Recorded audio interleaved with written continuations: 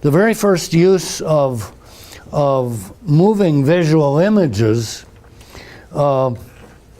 for research purposes goes back really to the very beginnings of cinema film itself. And even before that, in the 1880s, Edward Muybridge, a British physiologist actually, was hired by Leland Stanford to photograph the gaits of Stanford's racehorses on his farm, which is now on the grounds of the Stanford University campus.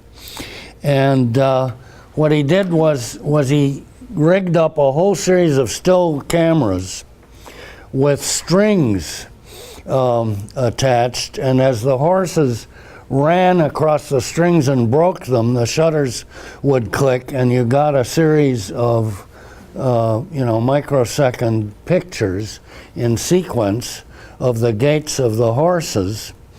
And that's the very first moving visual images that were used for a project of inquiry. In this case, Stanford wanted to figure out how to train his horses to win races better. Soon after that, cinema film was developed, and in the 1890s, late 1890s, there was an anthropological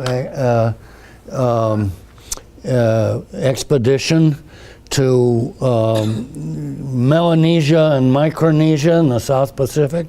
In the Torres Straits, Alfred Haddon was the director of this very large project, and they took a cinema film camera with them and shot some footage. A few years after that, Franz Boas, one of the founders of American anthropology,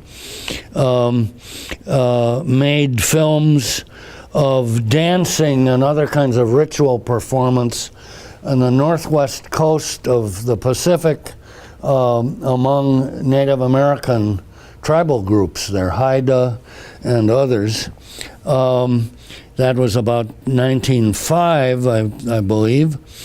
And then there was a major study some years later by Gregory Bateson and Margaret Mead of apprenticeship into Balinese ritual dancing in their study of Balinese character that was published in 1942. They did the fieldwork in the 1930s, and they had silent cinema film. This was all silent film.